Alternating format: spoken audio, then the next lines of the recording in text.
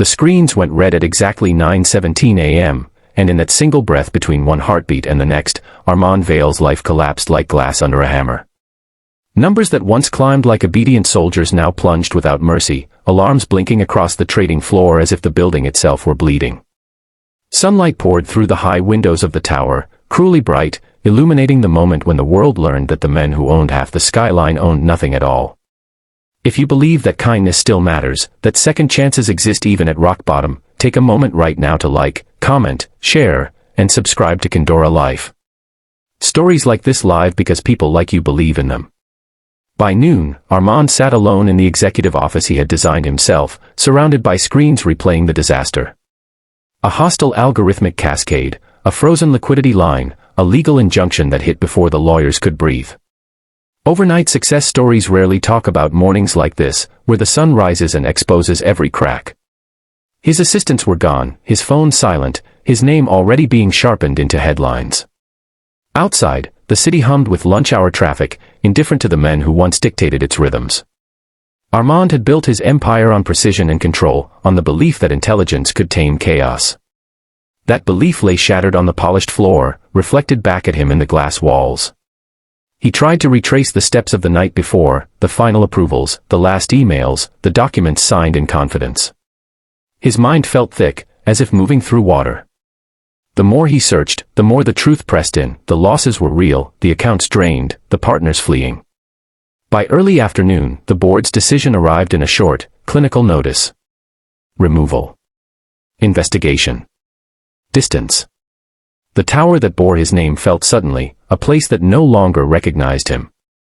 Armand packed slowly, placing a watch he could no longer afford into a box, pausing over a framed photo of a younger version of himself, eyes bright with hunger and hope. Daylight shifted across the room as hours passed. He told himself to stand, to leave with dignity, but his legs refused. It was then, as the building settled into the quiet rhythm of mid-afternoon cleaning, that someone entered without ceremony. Mireia Solis moved through the office with the practiced calm of someone invisible by profession. She had learned to work around power without disturbing it, to clean without being seen. The sun caught the dust motes as she wiped a table, her yellow gloves bright against the steel and glass.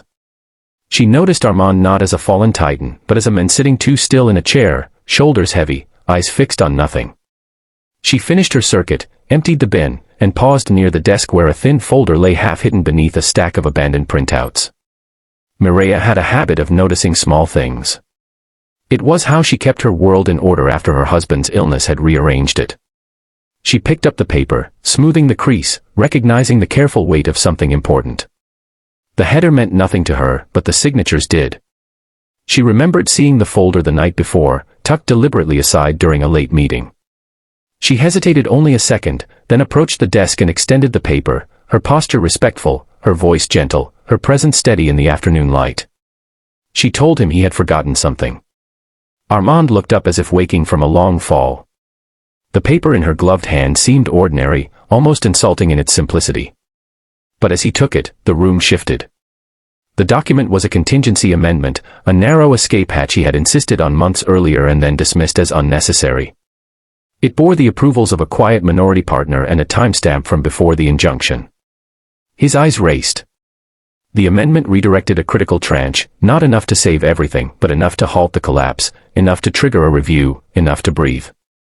He stood, the first real movement in hours, and the world steadied. Phones rang. Emails flew. The afternoon stretched, sun sliding toward evening as a path reopened that had seemed erased. By dusk, the injunction was challenged, the cascade slowed, the headlines softened. By nightfall, the losses were no longer terminal. The empire would be smaller, humbler, but alive. In the days that followed, daylight returned with new meaning. Armand walked the city in the mornings, feeling the ground again. He read the stories written about him and recognized the distance between myth and man. He asked questions he had never asked, listened where he once commanded. He found Mireia in the early hours, polishing the lobby floors while the city woke, and thanked her with an honesty that surprised them both. He learned about her life, about resilience practiced quietly, about dignity without applause. The rebuilding took months and unfolded mostly in daylight, under honest scrutiny. Armand sold assets, repaid debts, kept promises. He instituted changes that favored caution over spectacle, people over velocity. He created a fund that invested in overlooked safeguards, in the margins where disasters are prevented rather than celebrated. Mireya was offered a position she had never imagined, not as charity but as recognition of what attentiveness could save. She accepted on her terms, keeping her early shifts, keeping her sense of self. The tower no longer bore his name, and that felt right.